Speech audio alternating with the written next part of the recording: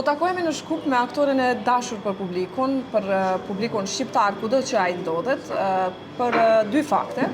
E para sepse është një aktore shumë e suksesshme dhe e famshme, e dyta sepse është një aktore që në prezencën e saj mediale nuk është për toke, nuk është si ato aktoret e Hollywoodit që nuk vuajnë, që nuk kanë telashe në jetën e tyre private, kështu me radhë. Ndoshta sinqeriteti është ai që ka bërë që te publiku të jetë shumë e dashur dhe shumë e pranuar. Mirë se erdhe në Shkup fillimisht, sepse nuk treguam që ti ndodhesh me punkte në Shkup. Mirë se ju gjeta, është shumë kënaqësi se kthehem në Shkup. Në përgjithësi vi për punë, vi gjithmonë për shfaqje teatri, festivale të ndryshme, prezantime, për të parë premiera të teatrit tonë. Por vi edhe për kënaqësi, për miq dhe mikesha që kam këtu. Besoj që më pak ke dëshirë të vish për të qenë në një juri. Shiko, unë e prita shumë me kënaqësi ftesën për të qenë juri. Skupi Fest është një nga festivalet shqiptare të rëndësishme, por ai është në fakt një festival ndërkombëtar.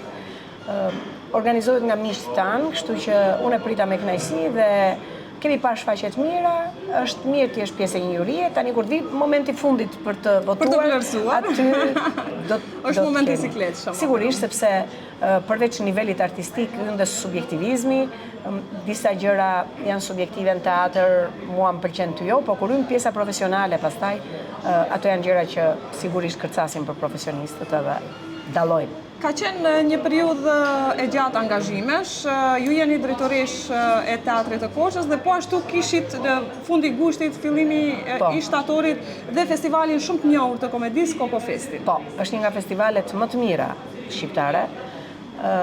Është një festival komedie, ka prej 2 vjetësh janë përpjekur ta internacionalizoj, dhe tani e ta keni ndërkombëtarizoj.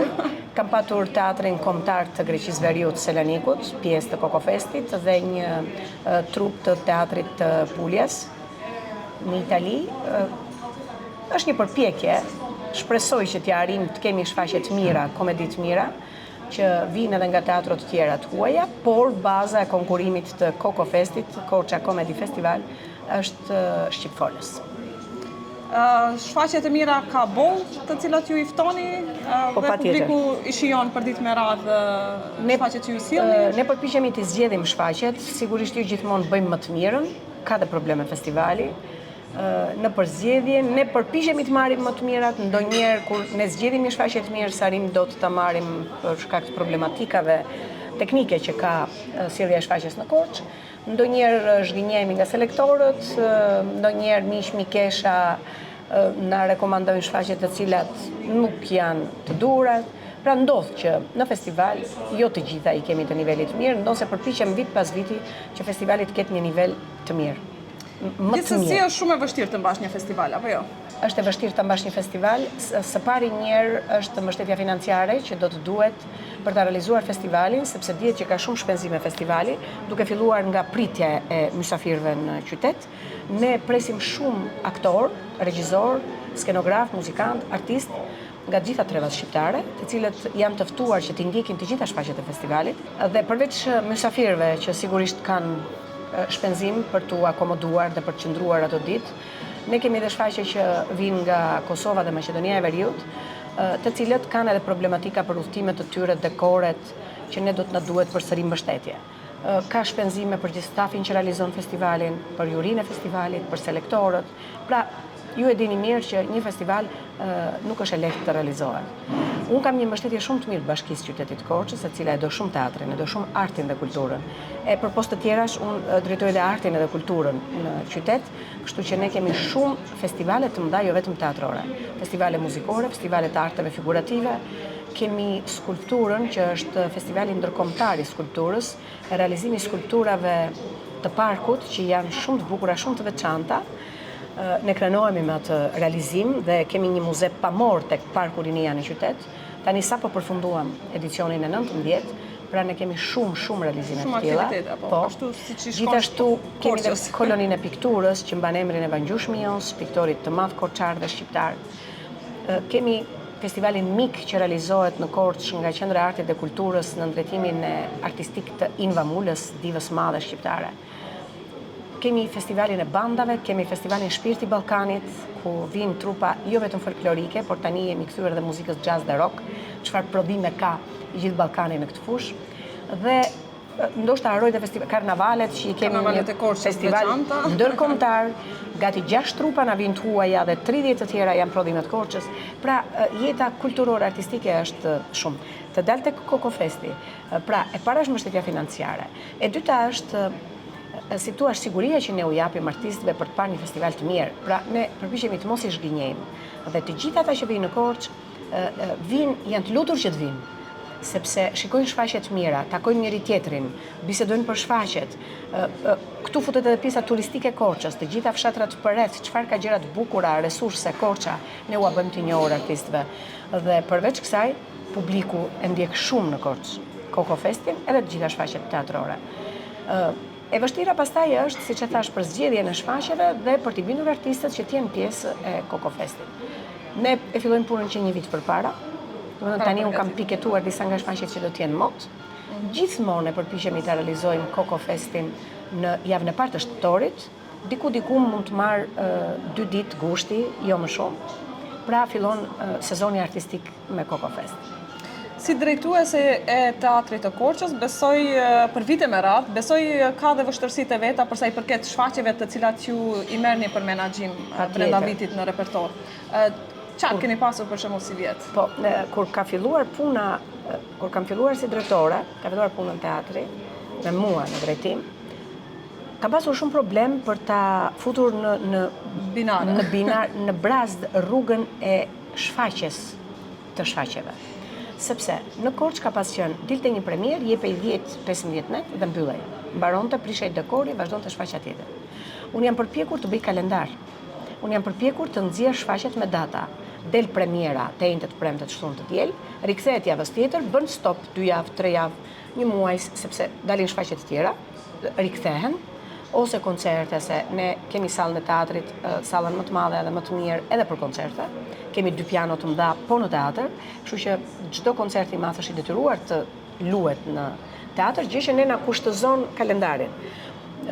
Jam përpjekur ta bëj me kalendar dhe e them me shumë krenari që për 4 vjet me radhë kam mbajtur shtëpia e Bernarda Albës në repertor, që është shfaqur tek një han, jo në teatr, apo Doktor Schuster, që është shfaqur për gati 8-9 vjet rresht. Pra ka qenë në repertor dhe ne nuk e kemi humbur. E kemi çuar dhe në shumë festivale, e ndërkohë e kemi kthyer në Korçë, pastaj e kemi çuar. Na çoroditi pak përpara 4-5 vjetësh Covidi, sigurisht që atje humbëm diçka nga gjitha realizimet tona, vazhdimësia e kalendarit, por në të përgjithshmen tonë e kemi ruajtur vazhdimësinë. Ju më pyetë tani për si vjet. Ne kemi pasur vjet disa shfaqje, të cilat po i rikthejmë dhe po i shfaqim edhe si vjet, ndërkohë që si vjet ne do të realizojmë 2 vepra të mëdha. Kemi një për te Horizontit të Eugene O'Neill, të cilën po e vënë në skenë Silvio Goskova, është një djalë i ri i joni, ka mbaruar regji, dhe ne po japim mundësinë Silvios që të shpërfaqet, të fitojë eksperiencë, sepse nëse s'ju hapen dyert të rinjt ku do provohen dhe ku do tregojnë talentin, ai është një djalë i talentuar që unë besoj do ecë në rrugë të mbar. Gjithashtu do të realizojmë Katedralen e Parisit, një muzikal që do ta kemi diku në ditët e dhjetorit në prag të festave të fundvitit. Gjithashtu duam të rikthejmë 2 shfaqjet mira që realizuam vjet. Na ishte një herë me regjinë Fatos Berishës dhe Vasha Zheleznova të Gorkit me regjinë Enke Fezollarit, dhe pra e parë Fatos Berishës është Martin McDonagh. Kështu që ne kemi autor të mirë dhe regjizor shumë të mirë. Edhe duam që shfaqjet të vazhdojmë t'i kemi në repertor.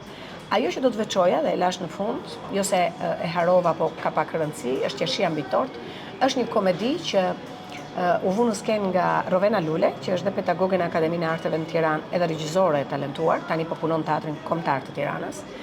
Ajo realizoi një komedi, një martesë, një divorc, një funeral, një komedi fantastike që kishte 3 shoqe në qendër që luheshin nga Olta Daku, Egla Ceno dhe unë, Zamira Kita. Kishim dhe një vajzë, Paula Kodrën, që luante një fallxhore, e cila si thua, i vinte në një vorbull, në një loj në thonjza këto 3 shoqe dhe krijohej shumë humor.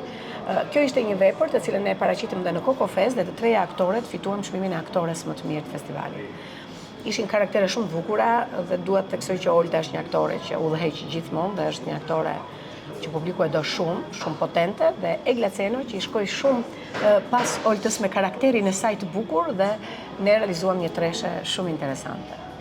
Këto janë shfaqjet e momentit. Në fakt, unë pa shumë intervistat tuat dhe gati për të gjitha gjërat kishe folur, dhe me thënë në media, je shumë e hapur për media dhe shumë e sinqer, dhe kjo është mirë, sepse publiku mendon që gratë e suksesshme në profesionet e tyre nuk janë gjithmonë të lumtura. Po, kjo është e vërtet. Kam pasur shumë probleme në jetën time. I kam përmendur, i kam folur. Kam patur probleme që nga dashuria ime me Benin, mënyra se si familja e priti, donin, Po kjo është e bukur që i ndan me publikun, sepse jo të gjitha aktorët dhe jo të gjithë njerëzit që dalin në media e bëjnë. Po, krijojnë atë si kur janë shumë të lumtur, si kur janë, sidomos aktore, si kur janë hirushet e parallave. Po, e para njëherë unë jetoj në një qytet vogël dhe shumë nga ndodhjet e jetës sime dihen publikisht, nuk ka arsye pse të gënjim, dhe e dyta askush nuk beson që jeta është e lumtur dhe ai që mendohet se është më i lumturi nuk ka mundësi të jetë i lumtur. Sikur vetëm ti jesh dhe ti jesh komplet i realizuar, pa patur asnjë burr, asnjë familje, asnjë fëmijë, asnjë punë, asnjë përgjegjësi, edhe vetëm ti jesh do të kesh probleme. Shëndeti diku të ngacmon, mënyra të jetuarit diku të ngacmon, nuk jemi gjithmonë me fitime financiare të mira që të realizojmë ato që ne duam në jetën tonë. Dhe si thot populli, shtrim këmbët sa kemi organin. Përpiqemi të punojmë dhe të bëjmë aq sa mundemi për të kënaqur veten. Unë kam patur një familje të mirë, duhet ta them, sepse mami dhe babi janë martuar me dashuri dhe kanë patur një jetë të mirë deri në momentin që këtë se kam thënë ndonjëherë, deri në momentin është era e parë që e them, që ne u bëm adoleshent. Dhe kur ne të tre fëmijët hymë në adoleshencë, kishim nga 2 vjet diferencë dhe gati ishim të tërë adoleshent, të tre, filluan problemet. Filluan dashurit tona, filluan disa veset vogla, diku vllai, diku unë, diku motra një dashuri. Na u arrestuan 2 xhaxhallar, kishim biografi të keqe, dashurit edhe motrat e tjerët me shumë sakrifica familjet s'pranonin, se ishte biografia në mes në ato vite. Pra, filluan problemet dhe filloi të çahet ajo marrëdhënia e mamit dhe babit në kuptimin e konflikteve, grindjeve, sepse ishim ne që krijonim shkaktarët e grindjeve të tyre, dhe mami donte të na mbronte, babi ishte më i rept, diku ajo mbulonte ndonjë gjë, ato gënjeshtrat e bardha që diku zbuloheshin. Unë fillova të pi cigare, vllai më mbulonte cigaren, babi nuk e pranonte. Filluan grindjet me vllain, se ai babi ishte i zgjuar shumë dhe kuptonte çdo gjë, nuk ja hidhje dot për asgjë. Por ajo që më ka mbushur mua në familjen time ka qenë dashuria që ata më kanë dhënë, edhe motra dhe vllai, edhe babi me mamin, por më së shumti kultura e babit tim. Babi lexonte shumë. Dhe ajo më ka plotësuar dhe ajo ka qenë mbështetja e fortë e imja në dëshirën për të bërë aktore. Nëse ke qenë si fëmijë i lumtur, thonë që e ke bazën e lumturisë. Dhe ndoshta kjo është ajo që ty ta ruan buzëqeshjen dhe dukesh gjithmonë e lumtur. Çfarë kam unë nuk jam gjithmonë e lumtur, por unë dua të jem e lumtur. Dhe kjo ka rëndësi.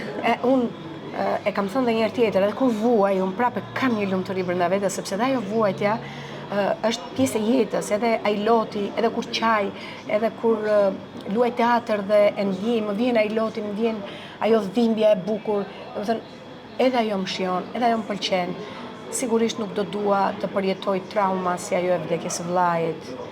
Nuk do doja ta kisha përjetuar sepse më mungon vllai, ndjej shumë mall. Jetoj e mamin, që duam të qëndrojmë pranë, që ajo s'mund thuash mos e ndjej se është e tepërt, por t'ja lehtësojmë dhimbjen, ose ta mësojmë të jetojmë atë dhimbje, siç jetojmë dhe ne, se me vllain se harojmë kur dhe ajo nuk harohet asnjëherë, por u mësuam të jetojmë pa vllain. U mësuam të jetojmë se jeta vazhdon, por është shumë e vështirë, shumë e vështirë. Edhe këto gjëra nuk dua t'i përjetoj, dua çdo gjë të ketë kohën e vet. Probleme, edhe dashuria ime me Benin ka qenë shumë e vështirë, familja nuk donte, kishin arsyet e veta. Mezi ym në këtë rrugë, dashuria ishte shumë e fortë, ne u kapëm fort pas njëri tjetrit, edhe kemi patur probleme shumë, edhe grindje, edhe mosmarrveshje kemi patur, dhe jo për çdo gjë Beni më kupton, jo sot kemi gjetur gjuhën se u bën kaq vite dhe tani ne njohim mirë njëri tjetrin, po shumë kam vuajtur shumë. Zamira, a mund të themi që bukuria është një lloj mallkimi në thonjza për jo, gratë ndonjëherë, sidomos ato që duhet të bashkëjetojnë me skenë? Jo, unë nuk nisem nga vetja se s'kam qenë ndonjëherë e bukur. Pse thua kështu? Jo, nuk mirë, kam qenë një vajzë me tipare të rregullta, jam përpjekur ta mbaj veten të dukem mirë gjithmonë, jam përpjekur të kujdesem për veten, por unë kam parasysh Monda Bulkun që e kam shumë shoqe. Nuk besoj se ka qenë mallkim bukuria për Mondën. Do duhet Mondën ta pyes. Po ka qenë urim, sepse Monda ka qenë e bukur, të gjitha kanë dashur, i janë hapur dyert gjithmonë me bukurinë edhe talentin e saj, sepse në film ajo ka bërë gjëra të bukura. Pra nuk ka qenë vetëm bukuria, ka qenë thirrja e parë, por pastaj kanë ecur gjërat. Jetën e ka pasur të mirë Monda. Prandaj referohem një vajzë të bukur, se më duket se është më e bukura vajzë, dhe unë kam shumë mike, ne takohemi shpesh. Kjo është shumë mirë kur një grua, një aktore komplimenton një aktore tjetër për dukjen. Ja, ne kemi një shumë mikesha. Ja prit, këtë do të thosha. Ashtu kam dhe edhe për miqësinë në fakt nuk ke folur, nuk pas që ke folur diku për miqësinë. Kam folur, por ndoshta s'ke mundur të shohësh. Ne kemi dalë në një emision unë, Monda Bulku dhe Rita Gjeka, që është aktoria e Shkodrës dhe ka qenë drejtore e teatrit Shkodrës, që është shoqja ime shumë e afërt, dhe Elvira Diamanti. Elvira Diamanti po jeton tani jashtë, por ne kemi qenë në klasë bashkë, kemi studiuar bashkë, kemi qenë një kurs në Akademinë e Arteve, dhe 4 tonë e ruajmë shumë. Kemi dhe Gjenove Faredhin që është në Athinë, por ne të katra jemi bërë më shpesh, kemi pasur mundësinë për më shpesh. Dhe takohemi, bëjmë udhëtime jashtë, pra e ruajmë misin. Unë e luta njërën nga shoqet e tua që të mi bëj 3 pyetje, dhe do me thënë që përgjigjet ishin për të qeshur, dhe në fakt njëra nga mikeshat më tha kush të ka bërë më shpesh të qash nga viti 2015 deri në vitin 2023. Rita Gjeka. Dhe komenti ishte se mos më ngatron me Benin. Rita Gjeka, isha e sigurt.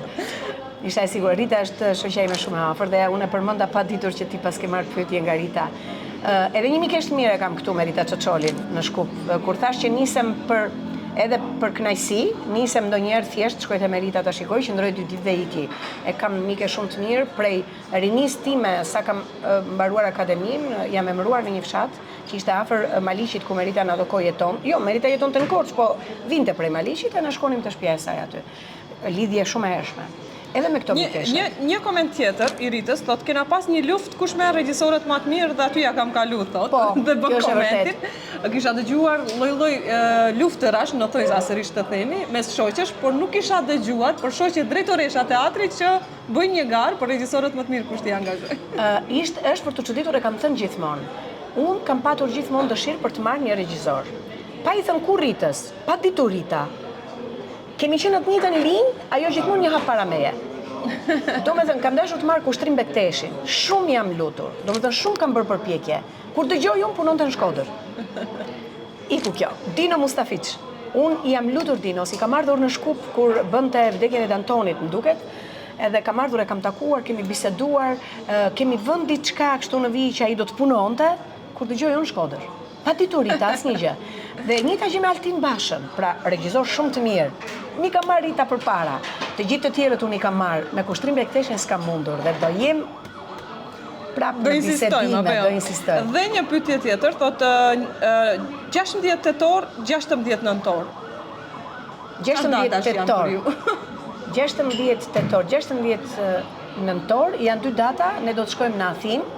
Do të thoni bashkë, do udhtojmë me Ritën bashkë, do marrim Benin, do shkojmë me Benin, do ta marr këtë radhë me vete, do shkojmë në Athinë se na pret Vefi, Gjenove Faredhi, aktoria, dhe në 16 nëntor, unë, Rita dhe Elvira shkojmë në Berlin. Shëtitni bashkë. Po shëtit, bëjmë shumë udhtime në vit. Shumë bukur. Po, është shumë e mirë dhe shumë e poshtër. Dhe shumë e poshtër. Sa bukur, po, shumë bukur. I ka bërë shumë mirë. Prandaj e kufizova me 3 që mos vazhdonte më kështu. Po. Më vjen shumë mirë që e gjetë Ritën, se Rita është vërtet një mikeshe mirë e imja. Pastaj në Korçë kam prapë për miqësinë që flasim, kam miq dhe mikesha shumë të mira që më kanë bërë jetën të bukur, më janë gjendur pranë në momentet vështira. Do ta filloj nga Niko Peleshi, miku im shumë i afërt që e veçoj nga të gjithë. Që ditë i bjerë dhe kitara, sepse kur kemi qenë në një kokofest në Korçë, po, më pati mahnitur që i dinte të gjitha këngët, i dinte kitarës. Ai luan në kitarë, ai këndon, ai reciton, ai ka përkthyer poezi. Bob Dylanin e ka shumë për zemër, edhe autor të tjerë shumë. Ne recitojmë poezi bashk, ai ka dëshirë, e do artin shumë.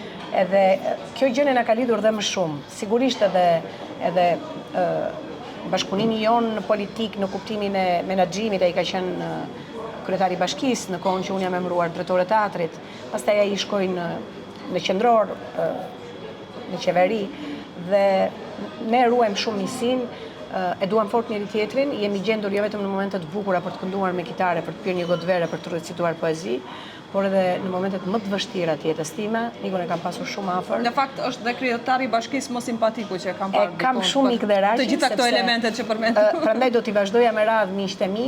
Sotirash Filo është kryetari i bashkisë. Ajo që ne na lidh jo vetëm në punën tonë të përbashkët, që ai është prori im, por nuk e quaj të tillë, gjithmonë kam një mik të mirë me të cilin bisedoj për problemet që ka teatri, arti, kultura dhe ai më dëgjon me shumë vëmendje dhe më ka dhënë shumë besim. Më ka dhënë shumë besim. Edhe e veçoj në miqtë e mi, edhe pastaj mikeshat e mia që kam Blerta Belliun, aktoren që është sot drejtore e Pallatit Kulturës, që më ndihmon shumë në punët e mia, edhe një vajzë me ide shumë energjike, Gjenin, Ketën, Benilën, i kam të gjitha mikeshat që më mbushin jetën time, jo vetëm se pim atë kafe në mëngjes dhe bisedojmë për problemet tona, por i gjendemi njëra tjetrës për t'u argëtuar mirë dhe për t'i dhënë mbështetje. Unë thash që më kanë mbështetur në momentet vështira, se edhe momentet që kam kaluar me vajzën, për fatin tim të mirë, lavdi Zotit, sot është mirë me shëndet, por kam kaluar probleme shumë të rënda, shumë të vështira në të gjithë jetën time, her pas here, dhe i kam pasur këta njerëz krah, i kam pasur afër. Kjo është e mira që kemi miq. Deri tani nuk u futëm te skenat, por tani do ngjitemi te skena dhe duam të dim cila është më e rëndësishme. Kur ti ngjitesh në skenë, se mos e haron tekstin apo se si do ta pres atë rolin që e ke ti publiku? Edhe se mund të harroj tekstin ndonjëherë kam, por rrallë më ndodh kjo, se është konsoliduar shfaqja deri në moment. Si do ta pres publiku, po më së shumti kur ngjitem në skenë, i druhem shumë do një lapsusi që e kam eurej, nuk bëj lapsuse. Do me thënë, më ka ndodhur shumë rrallë në jetën time, 40 vjetë që luaj, mund të kem bërë 2 herë, do me thënë një lapsus të vogël, e urrej lapsusi në skenë, se aktori duhet të artikulojë, të bëj ushtrimet e aparatit, të folurit, duhet të kemi bërë shumë prova, e më shqetëson shumë kjo gjë, dhe kryesisht gabimet teknike nëse ndodhin, nga që jam dhe drejtore. Ti mendon të gjitha këto në një shfaqje? Sa më shqetëson, them sikur të bjerë dikush, sikur të mos na ndizet drita, sikur të ngelemi dhe mos ketë, sikur të bëhet. Përjeton ankth para shfaqjeve sigurisht. Ankth jo, po një emocion të lehtë, të bukur e kam, jo gjithmonë njësoj. Ka herë më thellë, herë më pak më lehtë, po e kam emocionin, nuk jam. Një që kam konstatuar nga jeta ime, në rini nuk kam patur fare emocion. Dilnja me një të vetë ndjerë, si duket është ajo, siguria e rinis që është një shmendje lehtësia që hajse unë do dal unë tani, nuk s'kam pasur fare. Me kalimin e viteve, emocionet shtohen, rëndohen, përgjegjësia është më e madhe. Edhe unë i shikoj gjëra ndryshe tani, tani kam frikë, tani nuk jam më ajo Zamira që dilja dhe fluturoja, jo, më dridhen gjunjët, më dridhet më thahet gjua. Ka raste që më ndodhin. Në 40 vite karrierë, sigurisht ke luajtur shumë role në filma, në teatr, po ka një rol që ti ke marrë diçka, sepse të gjitha roleve aktori u jep diçka, po ka një rol që ti merr diçka. Nëse mund të themi kështu, nëse të ka ndodhur. Kjo është shumë e bukur. Unë një nga rolet që e veçoj, kam bërë disa role të cilat i kam dashuri dhe i kam dhimbje. Më së shumti janë në dramë, ndonse unë në komedi kam shkëlqyer, kam qenë shumë mirë, se kam qenë aktore komike. Mirë po, nuk, ato më duket sikur i bëj më lehtë, sikur i kam karaktere pak më të, jo të lehta, po më pranë Zamirës. Por rolet që unë veçoj janë Shtëpia e Bernarda Alves, Bernarda, që kam punuar fort aty, Vasha Zheleznova, që kam bërë sfund me një rol shumë i bukur, Divna, me cilën kam fituar kultin aktoria më e mirë e Shqipërisë në vitin 2016, që ja arrita ta fitoj, ta marr. Por rolin që unë veçoj, Vajzat me valut, kam luajtur kur kam qenë shumë e re, në 95-ën, një nga rolet e mia të para edhe shumë të bukura, me të cilën unë edhe jam diskutuar shumë për të fituar në atë festival.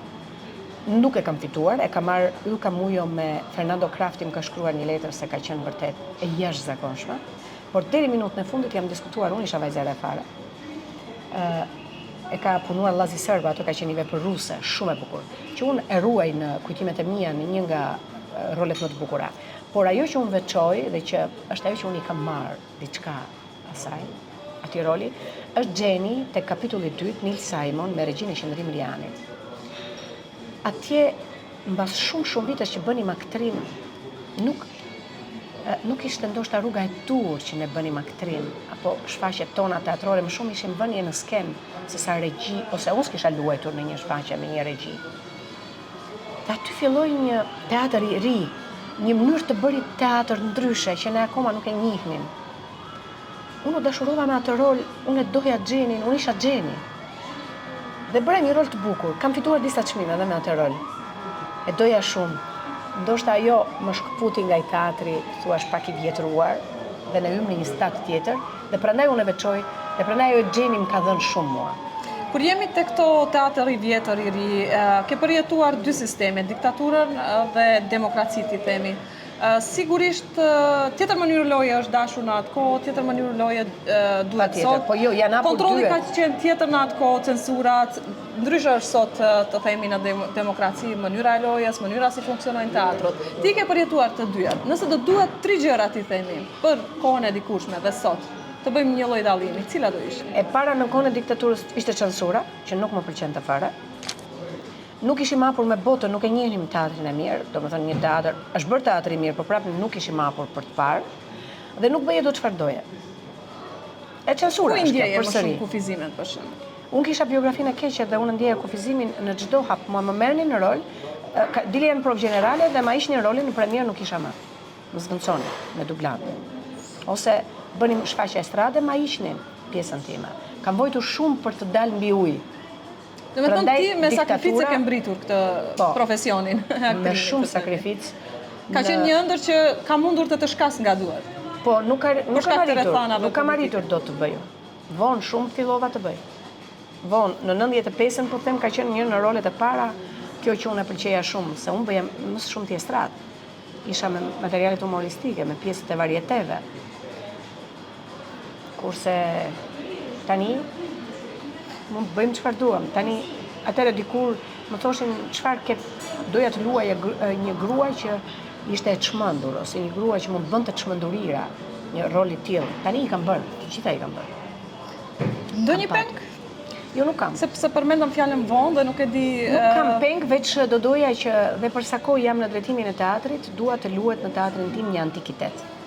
Cili është roli? Besoj që aty të fle zemra, të luash një rol antikiteti, apo Jo, nuk e kam. Nuk besoj që unë mund të luaj ndonjë rol atje, po nuk jam unë, ndoshta nuk jam unë aktore antikiteti, për shembull, role antikiteti mund të luaj aktore antikitetit në Shqipëri është Liza Xhuva. Domethënë, nëse marrim rolet kryesore të femrave, ka luajtur Medean, super.